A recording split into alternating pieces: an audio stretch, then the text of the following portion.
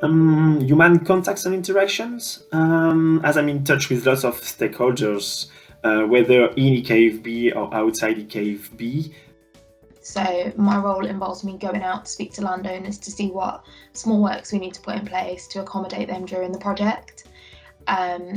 So one of the best things about this is obviously going out, getting to meet lots of different people and see what they think about the project, how the project's affecting them, and how we can help them out. I think communication is always a key one. I think in any role, you've got to be an effective communicator. It really does help.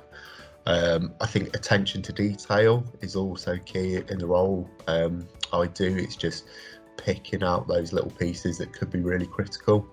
But I think being innovative, it's always looking at what we do and just to look if there's any opportunities to take different approaches. And how can we always keep developing what we do to try and strive for the best? Communication skills, people skills, management skills, and technical skills is also there as well. It's a mixture of all of that that really helps. So the biggest influence on my career decisions has probably been my parents. Although this sounds a bit cliche, they have given me a lot of guidance. Initially, I was looking at going into an architecture career. However, as I got towards the end of school, I knew I didn't want to be in full-time education, so a 7-year degree just wasn't what I wanted to do. And in all fairness, I'm not a natural creative. So my dad suggested civil engineering to me. And that's the path I chose to take. Just wanting to learn practical things, learning from the best, and learn on the job has been my influence for my career decision. My plan was to work in construction, as this is a global sector, which will hopefully give me the opportunity to travel abroad and to find out new culture. At the same time, I'm improving my working skills. Yeah, certainly. The experience I've gained, it's led me to think about other possibilities and higher roles. I really enjoy the work we do as being a good neighbour.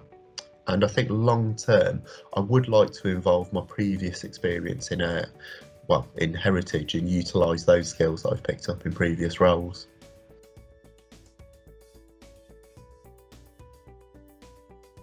Lots of people are still thinking that only men can work in construction, and that's totally wrong.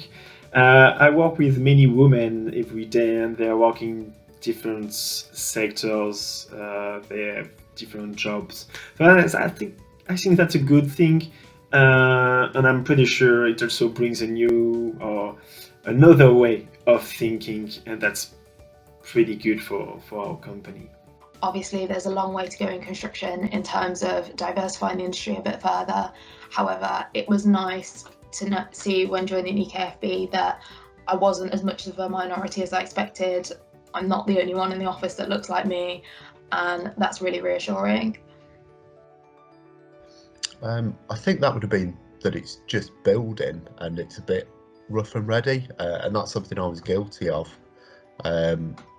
That it was just simply building. It'd be a bit grubby, a bit dirty, but I was amazed in just how many different roles were involved with the project. So, archaeologists, geologists, health workers, environmental scientists, communications teams, innovations teams. There really are roles for everybody. I was amazed. Another misconception is you need to be a math genius or something. There are two different elements. You can go for the management aspect of things and the technical side of things. So it's really what works for you.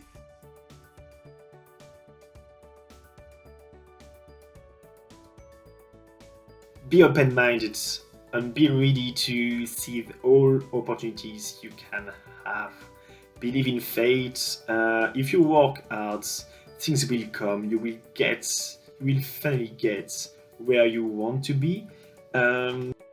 If if I could go back in time and give my younger self one piece of advice, that would be to be more confident in my own ability, and kind of understand that I am capable, I can get things done, and I don't need to worry about things as much as I probably did.